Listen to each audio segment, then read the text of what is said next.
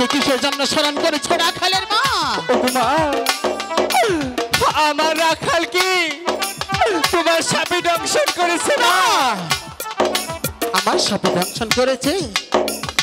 তোমার ছেলে আমার সাথে যে বেদবি করেছে ওকে উচিত শিক্ষা দিয়েছি।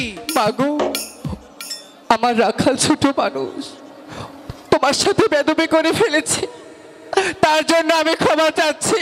আমি পারবো না, আমার পাও ছেড়ে দেও রাখালের মা। মাগো, তুমি যদি আমার সন্তানকে ভালো করে না দাও, তোমার পায়ে নিচে আমি মরে যাব।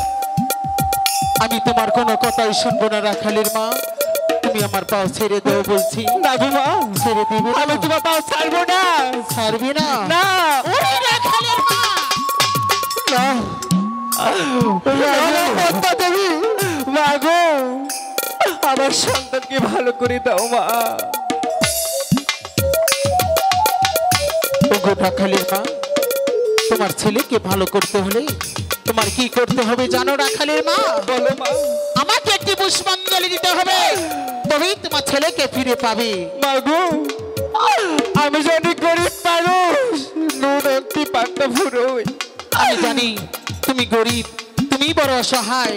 রাখালের মা, ওই যে দেখো পাশের গ্রাম, ওই গ্রামে গিয়ে 7 বাড়ির ভিক্ষে করে আমার জন্য পুষ্পের আয়োজন করো, তবেই তোমার ছেলেকে ফিরে পাবে। ঠিক আছে, আমার সন্তানের জন্য এই নগরে নগরে ভিক্ষে করি